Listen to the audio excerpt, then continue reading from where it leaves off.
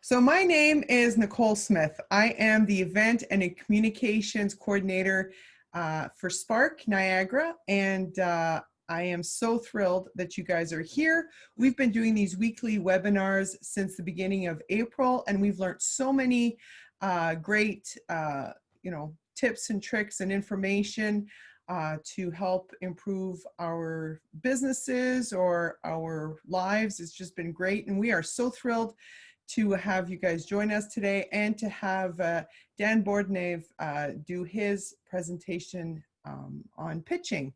So before he gets started, for those of you who've just arrived, you'll notice you're on mute, and we do this on purpose so that there's no ambient noise when our presenters present. You will have the opportunity to ask questions at the end. I would encourage you as the presentation goes on, if you have a question that comes up, write it in the chat box, which is found at the bottom of your screen. It says chat, just write your question there. I'll be able to see it, and then we'll make sure that Dan has the opportunity to answer those questions. I want to also say thank you to our partners in doing these weekly webinars, which is the South Niagara Chamber of Commerce, as well as the Niagara Falls Small Business Enterprise Center. And now, without further ado, I am thrilled to introduce to you and to pass it on to Mr. Bordnev, founder and CEO of Bicep Inc. Go ahead, Dan. Perfect. Thank you, Nicole, and a pleasure to be here with everybody. I'm Nicole. Can you just give me a thumbs up if you can hear me okay? We can hear you great. Okay, perfect. Okay, so welcome everybody. So today we're going to be doing a little bit of a presentation on tips and pitching, and then we're going to end it off with pitching in a virtual world, because that seems to be the new standard that we should be acquainted with. And I have actually had experience of doing a pitch competition in the virtual setting, and I just want to share some tips that I've learned from my experience. So just a little bit about myself. I graduated with my bachelor's of kinesiology as well as my master's of science in applied health sciences, both from Brock University. And while I was working as a student, I decided to start practicing as a kinesiologist, and then I had my eureka moment. I invented a medical device called the arm that attaches a wheelchair to a walker. It's the first of its class, and it's been gaining a lot of traction since. But one thing I really excelled in is pitch competitions. I was fortunate enough to be selected to enter 8 pitch competitions, and even more fortunate to win 7 of the 8 pitch competitions. Now, I like to think that it's not because of the product that I make, but perhaps it's a combination of both the product and the way that you can present it. So it's usually about a 60-40 split, so 40 being the product, but 60 being the entrepreneur and presenting it, and making sure that they have the poise and confidence to answer the questions of the judges. So today we're going to be going through 4 different sections. The first is preparing a presentation. So what a good presentation looks like, what guidelines you should follow according to that. Then we're going to go into presenting. So tips and tricks to present efficiently, effectively. And then we're going to go into post-presentation. So that's mostly the question period and how to answer those most effectively. And then we're going to end it off with a couple tips on a virtual pitch. So perhaps the most important thing is following the guidelines. As entrepreneurs, we like to think that our product is the most important thing, and that we want to include as much information as possible to really relay the impact our product will have, or our service will have on the market. However, due to most times having time constraints, it's very important to know which pieces of information you're going to include, which ones you're going to leave out to have the most effective presentation. So usually when you're doing a pitch competition, whether it's for a pitch or whether it's for a competition, whether it's for an angel group, venture capitalist, or a sales pitch, there's usually guidelines that they will provide for you. And it's best that you stay in line with those guidelines. You don't try to stray away too much. I mean, having a couple extra slides if you have time is good. But again, you just don't want to kind of information involvement all over the slideshow and then just confuse everybody and limit your chances of being successful. So that's probably the most important thing, is following the guidelines, making sure that you're staying concise, the information that you're relaying is appropriate, and you're not including too much extra. The second is setting yourself up for questions. Now, this is a very unique kind of skill to have, and this is you purposely leave out information, or you're vague on certain pieces of information so that you're priming the judges or the investor or the angel to ask you that question because you already know what the answer is. So for me, perhaps what I like to do is with in regards to my market capacity, I say, okay, my market is, let's say, $162 million. And then I just leave it at that because I know that once the question period comes, the judge will be like, well, how did you come up with the evaluation? And that's a very simple question for you to answer. So what you want to do is you want to set up yourself like for questions by leaving the detailed information out, but still providing the simple form of that information, such as your market size or such as your revenue projection. Again, you're priming yourself, you're preparing the answers so that when the judges ask you a question, you look good because you already have a solid answer for them. Another thing you want to do is you don't want to include any information or stats that are false. And nowadays, it's very easy for somebody to sit in the audience and kind of fact check you as you speak. So you want to make sure that all the information you are including, especially if it's statistics from any type of website or government office, you want to make sure that's very relevant and the most recent one too. And you want to make sure that all the information stats that you're providing are true so that you're not getting dock marks of providing false information. And when you provide false information, then you lose trust of both the judges and the audience, and then your chances of winning are not there at all. And another thing you want to do for preparing your pitch is having intels on the judges or the venture capitalists or the angels. So nowadays we live in this amazing world where it's all information. We can gather information on anybody, whether it's their LinkedIn profile, their Facebook profile, their Instagram, Twitter, whatever the case may be. So in the majority of times, you'll know who you're meeting with or who you're presenting to, whether it's a judge, a venture capitalist, or an angel. And it's very easy to spend a couple hours in scraping some data, some information from those judges so that you can kind of tailor your pitch according to the judges. Because I mean, even if you're pitching in front of a large audience, you're really pitching in front of the judges. Those are the ones that are you're most interested in captivating. So you want to make sure that you alter your pitch according to what background the judges is. So let's say I have a judge or a venture capital angel who spent a lot of time in finance. Their entire career, they're maybe a chartered accountant, whatever the case may be, financial advisor. So I want to make sure that when I'm sharing numbers on my pitch, that my numbers are the right numbers, of course, that they make sense. And again, that I'm really focusing on captivating that judge because I know that they're going to be most interested in the numbers portions of it. If you have somebody who's a judge who has a lot of experience in intellectual property, well, I want to make sure I include that in my slide. I want to include great information on intellectual property so that I appease that judge. So what you're doing is you're really buying the judges, and that's what I found. So doing a little bit of intel on the judges and altering your presentation to appease the judges is probably one of the most significant things to do in your pitch presentation. So when we talk about design, there's a couple of different tips that I like to use. The first being that using more photos and less text. So the problem with text is that if you include too much text, the listener, whether it's a judge, audience member, angel, or VC, they're not listening to you, they're reading the text. And when they're reading the text, and if you make a mistake pronouncing, enunciating a word, they're going to catch that. Or if you say information that's false and your text shows differently, they're going to catch that. And again, as soon as they catch one mistake, then they automatically lose trust in the presenter. So you want to make sure that you use images. Part of the images too is for anybody with disabilities so that they can understand your presentation. And using simple text so that you get your point across, but that you can elaborate. And when you're elaborating, now the individuals in the audience are listening to you. And when they're listening to you, they're gaining trust. And the more they listen to you, the more trust that they gain. So by the end of your presentation, you have your audience captivated, you have full trust in it because the information you relayed was detailed and it was informative and also very accurate. One thing I like to do is 5x5 rule. So there's 5 points per slide maximum and 5 words describing each of those points. Again, that's a little simple guideline. Some points, of course, you need more than 5 words to describe it. However, a 5x5 rule is the general rule of thumb I like to follow. Because what you have to realize is that doesn't matter who you're pitching to. There is some people in the audience who are perhaps extremely intellectual. And there's some people that perhaps have difficulties learning or understanding or have language barriers or disabilities. So you want to make sure that whenever you're doing a pitch deck, you're adhering to as many disabilities and as many different audience members as you can so that your message can be displayed in the simplest form.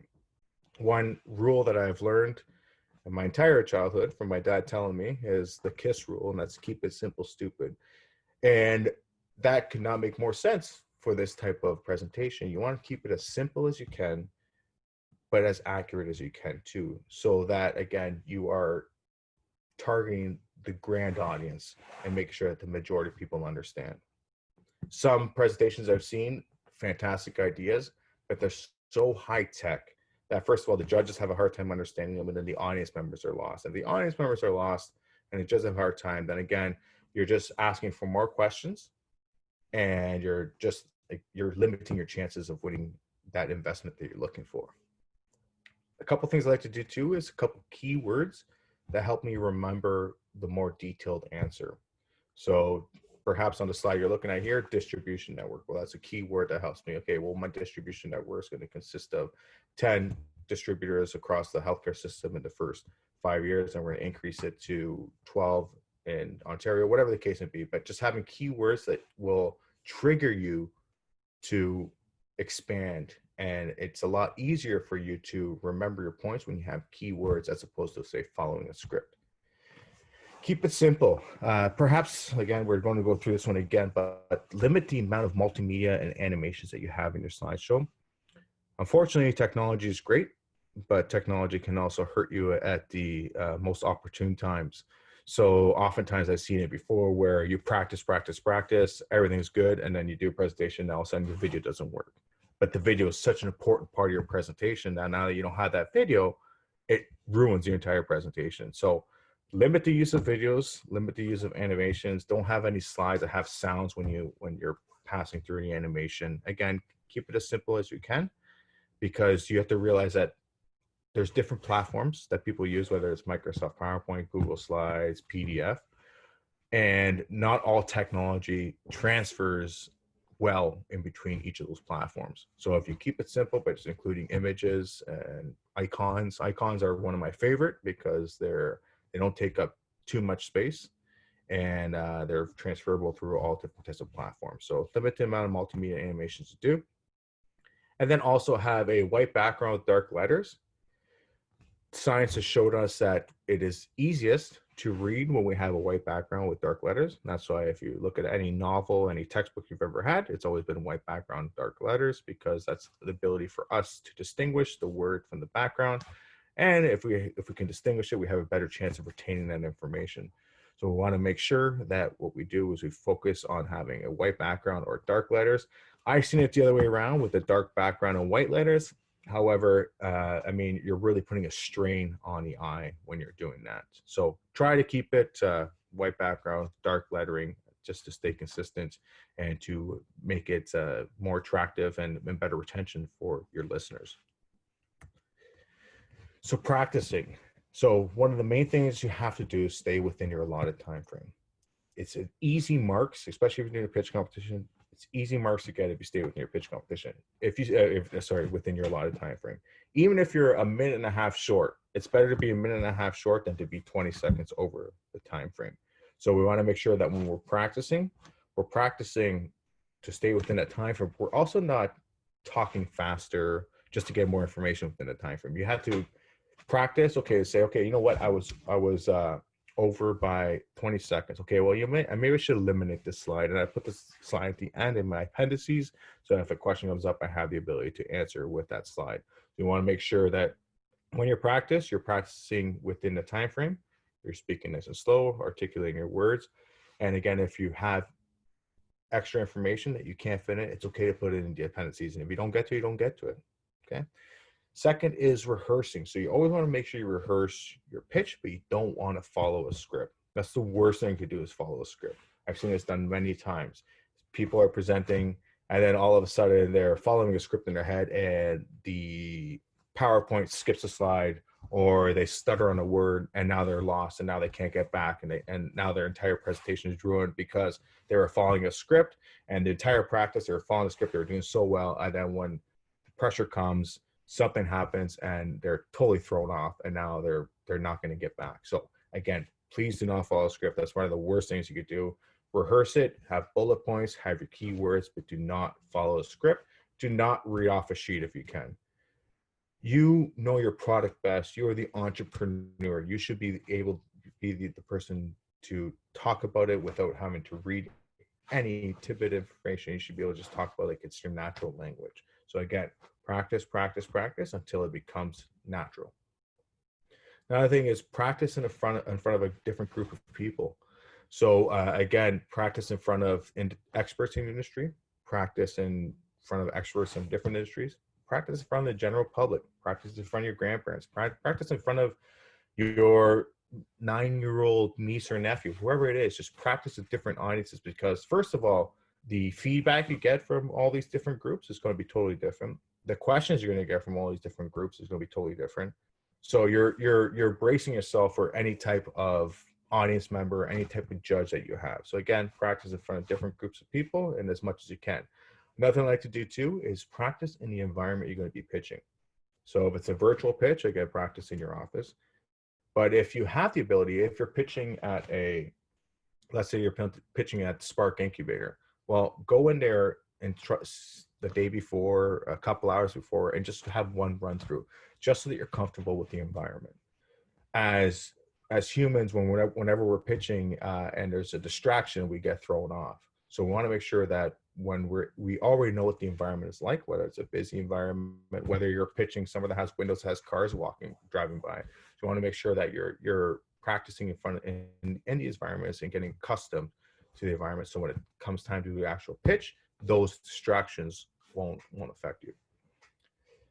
And the last point here is being confident on your subject matter. So again, you are the expert in the room. So you want to make sure that you're confident about what you speak, because people can read and sniff out confidence from a mile away.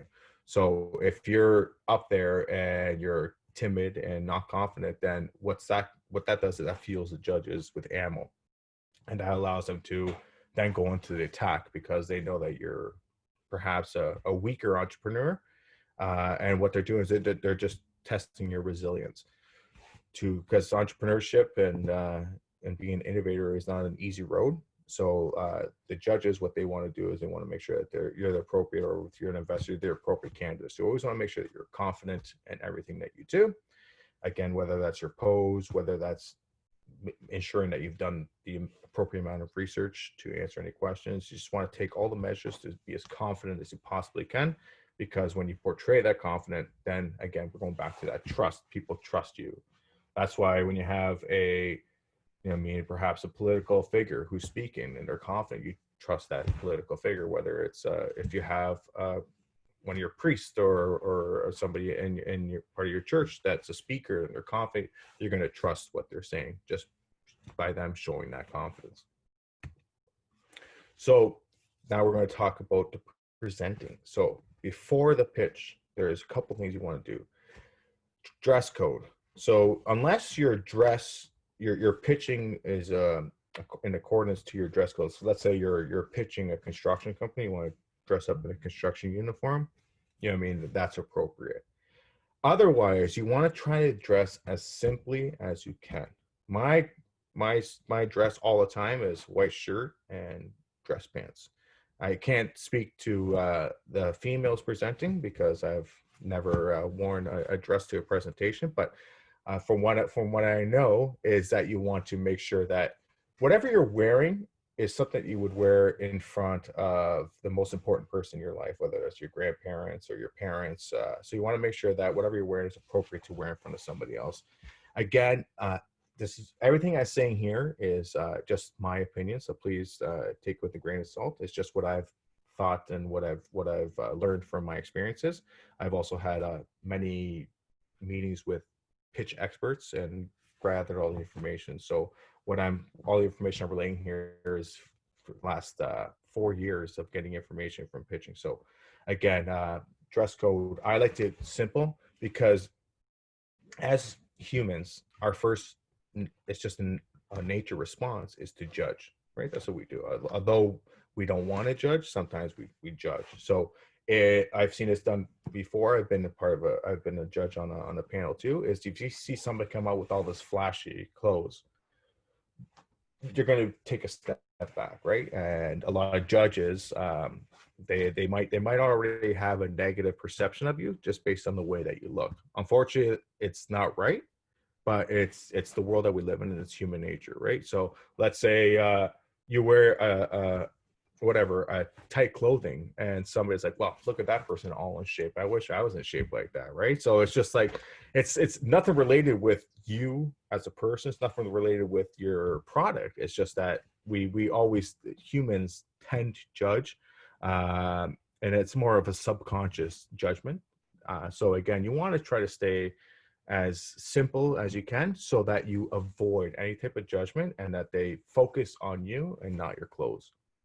Another thing too is self-talk. Self-talk is very important. Before each pitch competition, I pull myself to the corner and say, no, you got this, like keep going. I mean, you're doing great. Just practice in your head. You're pumping yourself up, because again, that builds that confidence up. And then once you're confident, you portray that confidence. And again, we get that trust that people look for in a presenter. One other thing to remember is that you don't know who's in the audience. So you are an expert in your field, but you're not the only expert. So you want to make sure that when you're explaining the information, that you're confident taking the expert approach, but you're also open to any suggestions and questions from the judges or from the audience members, because you don't know who's in the audience. Perhaps somebody that's had the same type of venture as you before was really successful, and perhaps now it's just an audience member, and the last thing you want to do is get challenged by somebody, and then you put your guard up and challenge them, and then it becomes a battle that just doesn't look good and limits your chances on being successful. And again, back to being confident but not conceited. So there's a difference. So being confident is understanding your product, understanding your market, understanding your financials, understanding each portion of your pitch deck. However, not being conceited, thinking that you're the best, that your product's better than any other product, and everybody else is doing it wrong, and you're the messiah coming in and saying, oh, you know what, here we go, I'm the one who's going to change the world. I've seen people that they've challenged Google on a pitch competition. They say that their product's going to be better than Google. It's like, okay, well, yeah, take a step back. There's a reason why Google is Google. Okay, so now when you're presenting, so a couple of things that you want to take into consideration is the enunciation and the pronunciation of words. So articulate words appropriately and knowing when to put emphasis on specific words. So you want to make sure that when you're practicing and you're getting feedback, whenever you're practicing in front of somebody asking, okay, how's my enunciation? How's my pronunciation? So a lot of things you want to do is change the words, the vocabulary that you're using, so you're not using a lot of S's, P's, and T's. So whenever you're speaking on a microphone, I see this all the time. Whenever there's a P, it's a and people are talking, they're saying, oh, because of the product that we have, I mean, we're making potatoes, and they're just really hitting that P. Whenever you're talking on a microphone, so you want to try to make sure you limit the amount of P's and S's and T's. Not only that, the T's and P's and M's are the words that people stutter with most. So even though you might not stutter all the time, you're setting yourself up by using those words to stutter. So like a T is a stutter, a P is a stutter, M. So you want to try to make sure you limit the amount of words. Sometimes you can't. Obviously, sometimes there's only one way of saying it. But again, try to limit the amount of P's, T's, M's that you do. And S's too. S can bring a lisp out of people that they thought they never had. And again, I'm just nitpicking here, but you just want to articulate as best as you can, and you want to make sure that people are listening to you, not listening to the way you speak. One of the things I've learned is never stop or admit to mistakes. Now, again, a lot of people, when they make a mistake, like, oh, sorry, I didn't mean to say that. It's just keep going on. Nobody knows that you've made that mistake. It's just like I used to be an amateur musician at best, but when I was playing in little little shows here and there. You make a mistake, you don't stop. You continue on, and hopefully nobody notices that mistake. It's the same thing when you're presenting, you're pitching. You make a mistake, you say a word wrong, you just continue going on as if nothing ever happened. You don't want to admit your mistake. First of all, it takes time off of your pitching, so now your whole time schedule is screwed up. Second is now again you're losing that confidence. So you want to make sure that you're just, yeah, whatever. I made a mistake. Who cares? Just go on. And then again, in your head, you never made that mistake. You're just going on as if nothing ever happened. And again, last point here is you want to emphasize on put emphasis on all your major points. So you don't want to stay monotone. When you're monotone, people then tend to lose interest in what you're saying. And then they'll start to look around, or they'll go on their phone or whatever the case may be. Even I've seen judges before that some people are presenting that they were so monotone, the judges are lose interest. And then what happens is once the judges and the audience lose interest, it's impossible to get them back. So you always want to make sure you emphasize all your points and don't stay monotone if you can. And that takes some practice. So again, a lot of it is on the pronunciation. So making sure that you're saying the appropriate pronunciation of the word so that you're not staying monotone. Okay, body language is very important when presenting.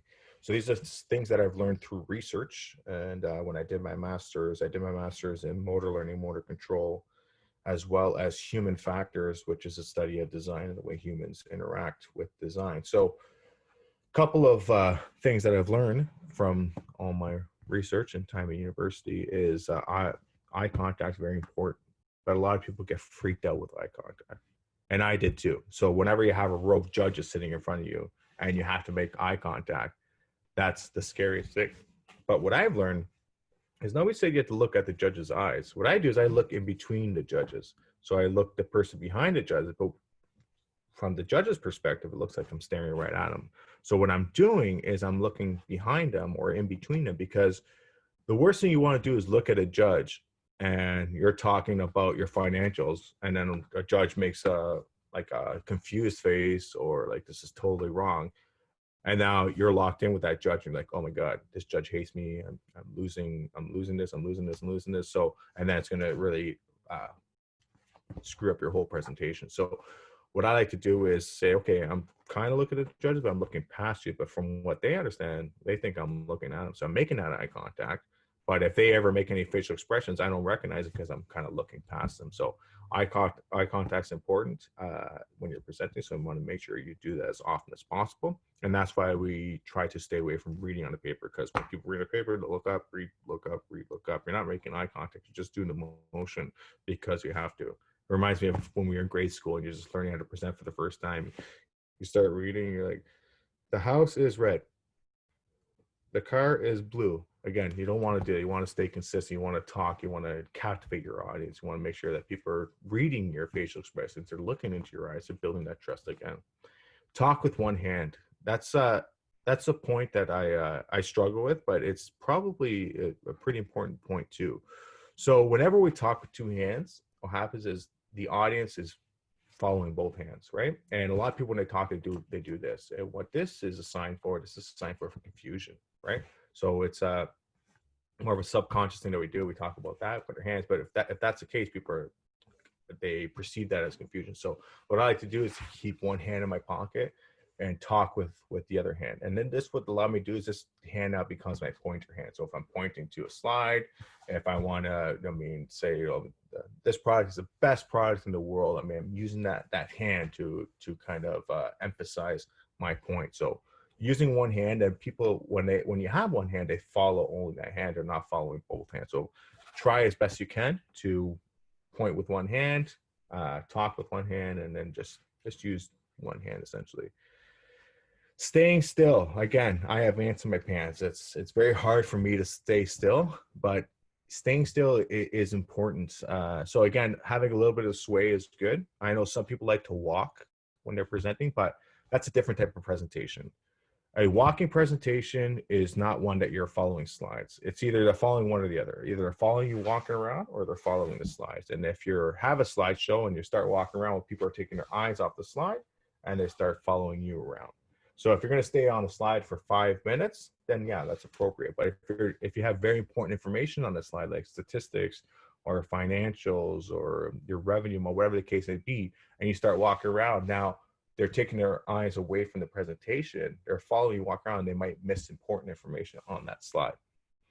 So you always want to make sure that you try to stay as still as possible. I've had pitch competitions where I've had to stay on a marked X on the floor, which is very, very difficult for me wanting to move around. But again, it helped me to get the audience, the judges, the venture capitalists, angels to focus on my presentation and not so much on me.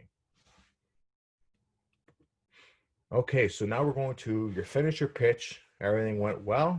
And this is where you win it. I've seen the best pitchers ever. And it was like watching Steve Jobs talk or something like that. It was amazing. But when it came down to questions, they buckled. And because they couldn't answer the questions, that made them not a successful candidate winning the pitch competition. So this is perhaps the most important part of the pitch. Is not the preparation, it's not the pitch, but it's the questions. Sometimes you've had individuals who have language barriers, so their pitch isn't necessarily as solid because of the language barrier, but they still win because they are great at answering the questions. So again, they're not necessarily judging your pitch ability, they're judging your product and they're judging how well you know your product, how well you know market, and that's all through the questions.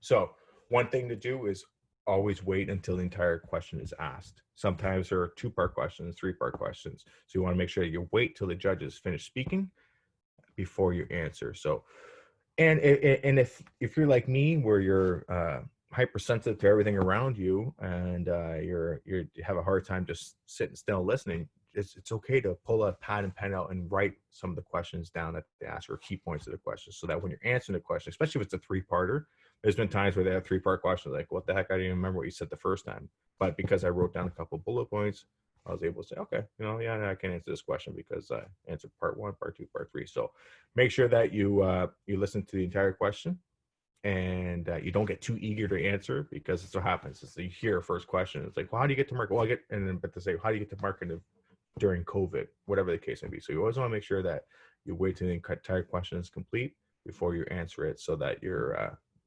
just respecting the judges. Never challenge a question. So even if the question is completely offside or is it's wrong, it's never the last thing you want to do is challenge that judge, because what you're doing is you're embarrassing that judge, and once you embarrass that judge, then you're not getting that judge's vote. And I've seen this happen at pitch competitions too, where great product, it was good. I knew that this company is going to win the pitch competition, and all of a sudden came to the question, and the CEO was so conceited and thought that they were the expert that they started challenging the judges' questions, and that never worked out good. So never challenge any questions, even if you think it's completely wrong. I mean, it's okay to be like, that's a valid point of view, and that's something that we're definitely considering. Whatever, even if it's completely offside, they don't need to know that. Nobody needs to know that. You just say, yeah, that's awesome. That's a valid point. Thank you very much. This is another tidbit of information. So the longer it takes for you to answer the question, the shorter the Q&A period is, and that's within reason. So usually your Q&A period is going to be 5 to 10 minutes. So if you can get away with maybe 2 or 3 questions being answered, that's awesome. You also don't want to have 1-word answers, because then the judges are going to keep asking questions. And what happens is that the judges, at the start, they ask you questions that are relatively simple, but if there's more time that needs to be taken up on the clock, they'll start asking more complex questions, and that can really hurt you and hurt your presentation. So again, whenever you're answering a question, first of all, take your time, wait till the judges finish asking a question, take a deep breath, and then just start answering the question, speaking slowly, articulating, enunciating, and then basically answering the question. And if they're asking you a question, try to take a minute or 2 to answer that question. And again, you're not just vomiting information on them, but you're answering the questions with the best of your abilities and the information that you know is best, because again, you're an expert in the field. So again, the longer it takes to answer the question, the shorter the Q&A period is.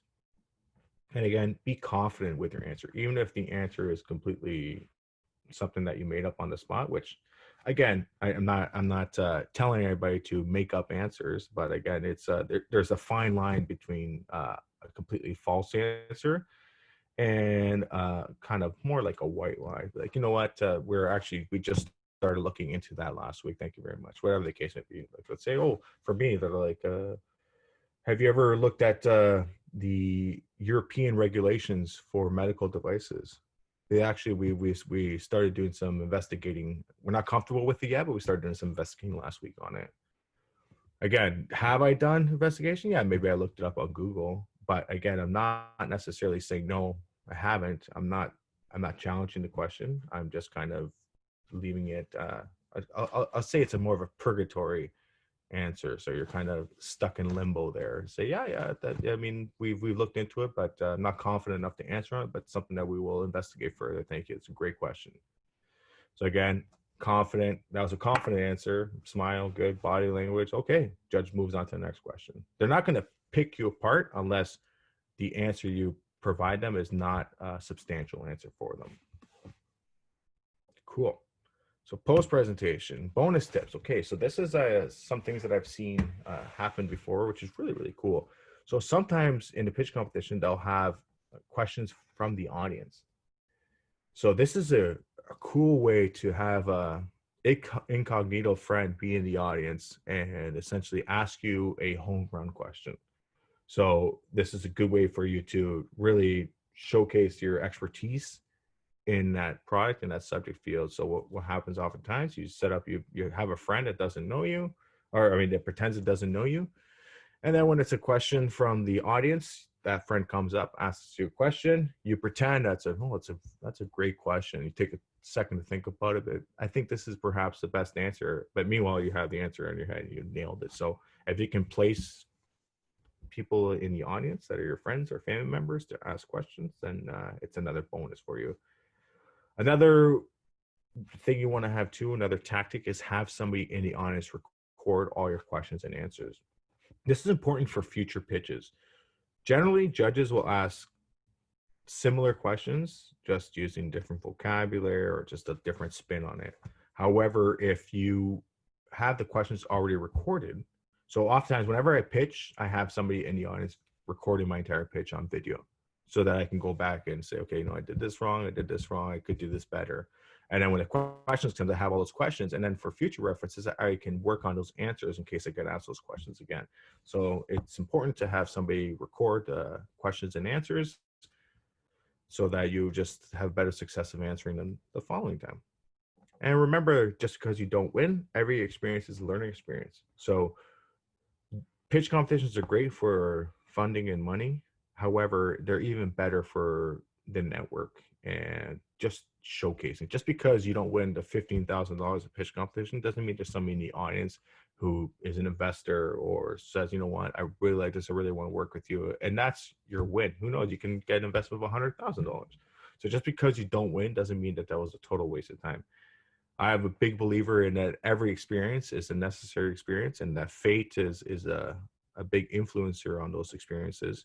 So even if you don't win, perhaps there's something bigger and better in the pictures for you. Or perhaps it's a time to step back and say, okay, well, why didn't I win? What was so much better on the winners that I didn't answer my questions properly? Was it that my slide was not good enough? Was I didn't have the appropriate information on the slide? So by recording the presentation, by recording the questions and answers, and by taking that approach to every experience as a learning experience and learning from your mistakes, then you're not going to get defeated. And the last thing you want as an entrepreneur, it's a very tough world and a very lonely world too, that whenever you get denied, whether it's an investment, you get down on yourself, and that's the worst thing you could do, because what that does, it just causes stress and anxiety for no reason, instead of using that to be more motivating. Say, okay, well, I didn't win this time because I know what these mistakes are, but next time I'm going to go back and I'm really going to kick ass. So every experience needs to be a learning experience. And the last point after a post is always stay for the networking reception. I know a lot of people that want to get up and get out. This is your moneymaker, the networking reception, because this is where you talk to influencers, champions of your industry who are there. There's a reason people come to see these competitions and these pitches. It's not because they're bored on a Tuesday night like, you know what, let's family, let's go do something. Let's go watch pitch competitions. No, these people are at these pitch competitions because they're interested in that industry, whether it's healthcare industry, whether it's agri-tech industry, whatever, and they have experience within that industry and they want to accomplish something. So those who stay for the networking reception are even greater factors or influencers and champions of their device because there's a reason they're staying. Apart from the free food and usually a free glass of wine, there's a reason they're staying, and that's because they want to know more. So whenever you have a team, this is the best time for you to divide and conquer. Spread your team out and start talking to as many people. Start getting as many business cards as you can, because you never know where those connections can lead you. Maybe the individual that you're talking to may not be that important, but hey, he's like, you know what? I got a brother-in-law in Alaska who's a neurosurgeon, and I think this device would really reckon well with him in this practice. Boom, that's another connection you made. So again, always stay for networking reception, divide and conquer, speak to as many people as you can, bring as many business cards as you can, start handing them out. I mean, like free candy on Halloween. So again, that's what you want to do is make sure you stay for networking reception. This is where you make the deals. This is where you make the connections. And again, this is where you learn a lot from investors, from champions and influencers too. Okay, so now we're going to go tips. We're almost okay. Got 5 minutes. We're doing good. So tips for pitching virtually. So I had a virtual pitch about maybe 3 months ago, and it was my first one. And let me tell you, it was quite an experience, a very stressful experience because it was the first time I've ever done it. And it was we told it was going to be a virtual pitch like a week before the pitch. So I've been practicing as if I was going to do it in person. And it's a virtual pitch. Okay, cool. So a couple of things.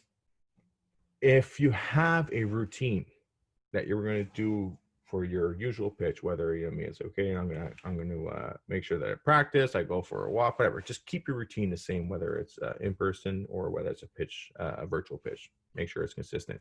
Use headsets if you have them. So headsets are good for decreasing the ambient noise around you, especially in your house. So using headsets if you have them, so that you can so people are listening to you and they have a better, I guess, sound bite of you talking. Be sure your mic is turned off when applicable. So whenever a judge is asking a question, make sure you turn your mic off and wait till they're done asking a question. And usually what I like to do is I like to wait 3 to 5 seconds. After they're done, turn my mic on and answer. The last thing you want is to be distracted, you cough or you sniffle or something like that, and then all of a sudden the judge is thrown off too, and it just creates chaos. So always make sure that your mic is turned on and off when appropriate. One thing I've learned from my pitch was that there was a virtual pitch that was recorded. It was a pre-recorded virtual pitch. And I didn't turn my mic off for like 30 seconds after my pitch. And they have this recorded video. Luckily, I said nothing bad. I think I said, oh my God, this chair is so uncomfortable, something like that. But you always want to make sure that after your pitch, you wait at least 30 seconds to a minute. Don't talk, don't do anything, or completely shut down your device before it's speaking or talking, because last thing you want to do is get recorded saying something that you don't want to say. Again, dress appropriately.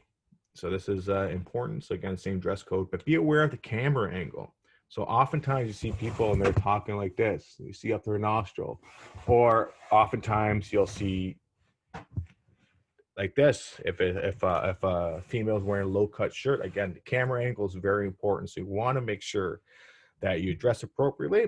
Wear something that you would wear in a live person pitch. Just because you're at home doesn't mean that you can pitch in sweats. I mean, me, I had to do my hair, shave, and put a dress shirt and pants on, which I haven't done in months, just because I want to make sure that I'm being as professional as I can. Even though I'm at home, I still want to portray that I'm a professional and I take this very seriously. And another virtual pitch tip is always wear pants. So oftentimes you see people wearing dress shirts and no pants. And the last thing you want to do is, say your fire alarm goes off in the middle of your pitch and you have to go shut the breaker off or something like that. And you stand up from your computer and all of a sudden you're not wearing any pants. Always wear pants, because you never know what happens and you have to get up quickly. What happens if your dog starts barking? You have to run upstairs and then make sure that you're wearing pants, because nobody wants to see what underwear you're wearing. Okay, and that's part 2. So try to, as best you can, to have a person-free or pet-free space. So myself, just now, I asked my wife, my baby, my dog to go for a walk if they could, so that I have no dogs barking, no babies crying, or my sense, no wife yelling at me. I'm just joking. So you want to make sure that you have a pet-free space or pet-free home, person-free. So again, this is your hour. It's okay. I mean, or even if you have your lock yourself in your office, say, can you guys please stay upstairs or whatever the case may be. So make sure you try to limit the amount of distractions you're going to have. This is one of the most important things is have a Wi-Fi backup. So it was about a minute before my presentation, and I was at a communal building in Niagara Falls for a virtual pitch, and all of a sudden the internet crapped out, and I was like, "Oh, you got to be kidding me! It's supposed to be the fastest internet in the region." So what I suggest is having your cell phone, putting your hotspot on, so that if your internet ever doesn't work, you always can go on your phone and still do the presentation. Actually, I had to do the entire presentation on my data, which when we got the bill, the wife wasn't too happy, but I told her, hey, we won, so that's all that matters. Have a cheat screen at time available. So I want to show you this picture that I have right here. This is my workspace, and what I have is this big TV here, and then when I'm pitching, I always put my laptop here. What I have on my TV is answers to questions, whatever the case may be, so that I can never get stumped because I have the information. And right now I'm looking at the screen behind me, but you're seeing me, right? So the judges and people that you're pitching to don't know what's behind your computer, whether it's somebody holding cue cards or whether it's somebody holding a Bristol board with questions to answer. For me, I have a screen with all the answers to the questions. Again, that's a very, very helpful tip. And again, work on the best camera angle and proper lighting. Here, I make sure that if you're beside a window or if you're facing a window, then the light from the window is best. If you don't have a window, that's where I bought these $20 lights on Amazon. You can change whatever color you want. You can change the brightness, and that works the same way. So you can really make a unique and an awesome workstation and a pitch station for relatively cheap. So again, use what you have in your house and try to have the background screen. Always have a timer available too, so you know that you're staying within your timeline, because when you're pitching in person, they usually have a timer available for you, but when you're virtual, you don't. So always have your cell phone timer, put your cell phone do not disturb, and again, that'll work the best. Okay, so I just want to give a special thank you to Spark, the Niagara Falls Ryerson Innovation Hub, and the Small Business Enterprise Center of Niagara Falls for allowing me to do this pitch.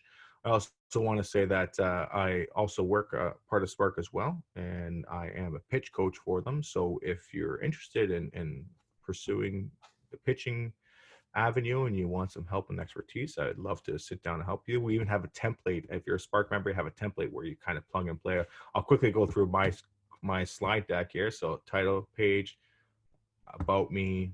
Again, here are the problems using icons, stats, very simple, very clean. Solution, there was a video, but I took screenshots of the video so that I never had to worry about my video working or not. Again, more icons. This is important. Stats, icons, numbers. People want to see numbers. People want to see percentages. People want to see icons. They can understand it.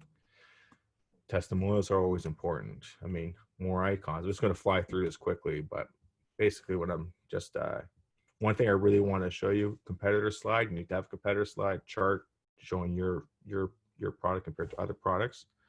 But I really want to show you one cool thing. So this is just my timeline. Again, icons, numbers, very clean, very short. Team. Okay, advisors are always important. Support page. Now this is the page I wanted to show you quickly. So what I did here is I hyperlinked all my slides. So whenever you see pitch, somebody has a question there, was like, okay, I'm just gonna go back there like that. Well, I mean, that just takes time and doesn't look very professional. So what I did is I hyperlinked all my slides. So I can click on 5, and that's my impact on senior caregivers. And then at the top, you have a go back button. I press that, it goes back to my last slide. Okay, so why don't you tell me a little about yourself? Sure, I go to my about slide and I go back. So this is very easy to do on Google. And if you're interested and you're a Spark member, I can show you how to do this. Very simple. But these are little bits of information that make your slide look very clean. And then lastly, I have an appendices. Okay, so these are all the same thing. So I go to future products. I go to future products. I have this, and then I go back. Customer support. How are you going to support your customers? No problem. I go to this. So I have an appendices of slides that couldn't include that important information. But again, this is just An appendice is easy, nice and clean, go back and forth, and it just makes you look clean, and it can guarantee your successes of winning the pitch competition. So I think that's my time. We have 10 minutes left for questions. I want to thank everybody for listening, and like I said, I'll gladly accept any questions. Well, thank you so much, Dan. That was great. This is second time I've seen you do this, and I think I learned more this time than I did the last time. So maybe I was listening a little more closely. I don't know. There you go. But we do have a question from our watching audience. Actually, now we've got two. So yes, please, if you have questions for Dan, just put them in the chat box and I'll be asking them. So this question is from Caleb Stewart. The question is there a preferred layout for pitch decks, problem, solution, teams, etc.? Yeah, that's a great question. You always want to make sure you include those important slides. So a little bit about yourself, your problem, your solution, your market, your value proposition. So why is your device better, or why is your product better than the other products? Again, there's market opportunity, competitors, always important to have. Your revenue model and your milestones. Now, a lot of times you see the simple hockey stick. Say, okay, we're in year one, we're going to make $20,000. In year 5, we're going to make $7 million. Investors see that, judges see it all the time. It's nothing new. So what I did is, if you go to sorry, go back here. Gotta remember which slides I have here. So revenue models, what I do is I just put, okay, this is how we're going to make money. So keeping it simple, keeping it clean is probably the best way. And then after this one, the revenue milestones, what I did is I made a kind of like a hybrid where it has my milestones on the bottom and then my revenue on top. So we're not doing that simple hockey stick because the judges see it all the time. This is kind of a unique thing. It's like, okay, this is what we're going to do. This is my 4-year runway. Okay, so what I say, okay, 2020, we're going to have FDA regulation. We're going to hire our first full-time engineer. In 2021, we're going to have 3,500 devices sold, our revenue of $1.9 million, and then continue going on just as you go on. So it's kind of cool that you're doing revenue and milestones because then it's a kind of a hybrid interactive, revenue slide. And then also you want to include your team. You want to include funding if you had any funding, and advisors, because the team and advisors is very important because people want to know, well, do you have a strong team? Because you can't do it all yourself, and people want to know, okay, well, who is mentoring you? Who's telling you how to do this? So again, those are the most important slides. So yeah, there is a format to follow, and if you're interested, just send me an email and I can tell you the most appropriate ones. Fantastic. Okay, thank you. We have a question from Kayleen Jackson, and her question is, what do you think of creating a company branded Zoom background for a virtual pitch?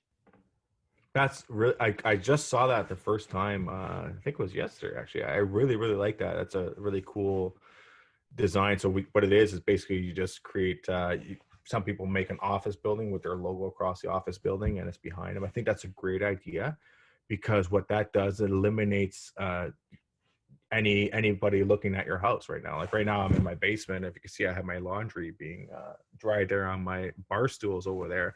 So if I had a virtual background, that's better because what that does, it eliminates any type of messiness in the house, keeps it clean, and it just looks more professional. So I think that's a great idea. And I'm assuming, I haven't done it, but I'm assuming it's pretty easy to do. It's just creating a JPEG image with your logo on the background and then just upload it back. So that's a great suggestion. Thank you, Kayleen. Yeah, no, that is.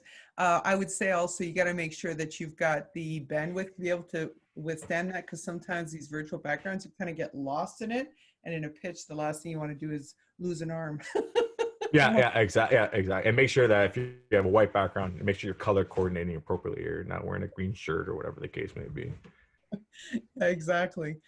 Okay, now we have a question from Stanley Costello. His question is, should you have a pitch deck for users and another for investors? You're going to have like 14 different pitch decks. So you're going to have a sales pitch deck. You're going to have an investors pitch deck. You're going to have a general pitch deck to the general audience. You're going to have an application pitch deck. So each pitch deck is going to include different pieces of information. So what I like to do is I like to have one giant pitch deck that has like 50 slides, let's say.